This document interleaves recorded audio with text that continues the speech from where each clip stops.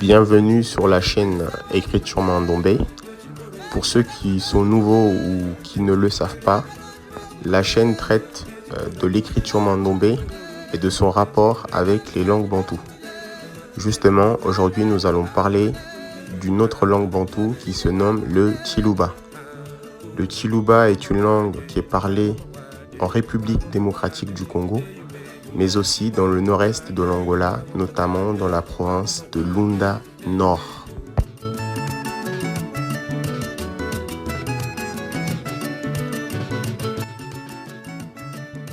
Dans un autre pays, on parle aussi une langue très proche du Tshiluba, en tout cas très apparentée, c'est la Zambie, notamment dans le nord de la Zambie.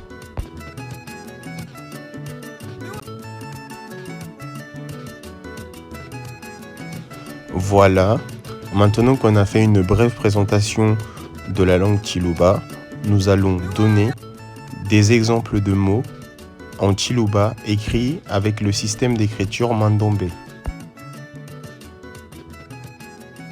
On va commencer avec le mot Twasakidil qui signifie tout simplement merci.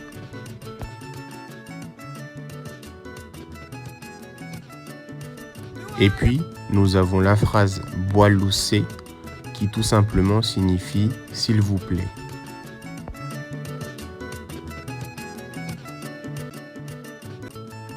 Après, là c'est écrit Tiena Mou Voa, ce qui signifie je n'ai pas compris.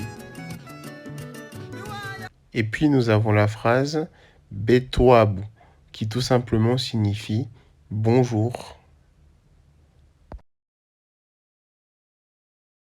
Alors, une remarque très importante, c'est que la langue Tshiluba possède des sons très caractéristiques. Ces sons sont le son chi, le son chi, le son ji, le son ji et par exemple le son ni. Évidemment, il existe bien d'autres sons particuliers, mais aujourd'hui nous allons particulièrement parler de ces sons que je viens de citer.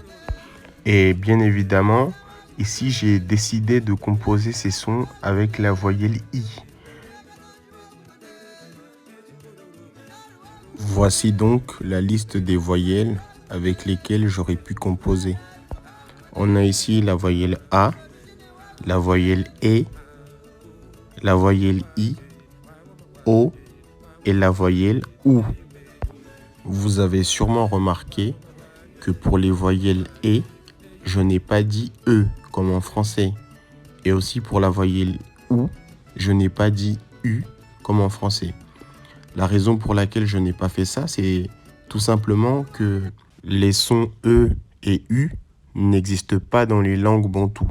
En tout cas dans celles que je connais. Je ne saurais pas vous dire si ça existe dans les autres langues de l'Afrique. Pour mieux comprendre ce que je dis, je vais vous écrire des mots ou des phrases en Tshiluba avec ces sons particuliers. Kashindi qui signifie jamais.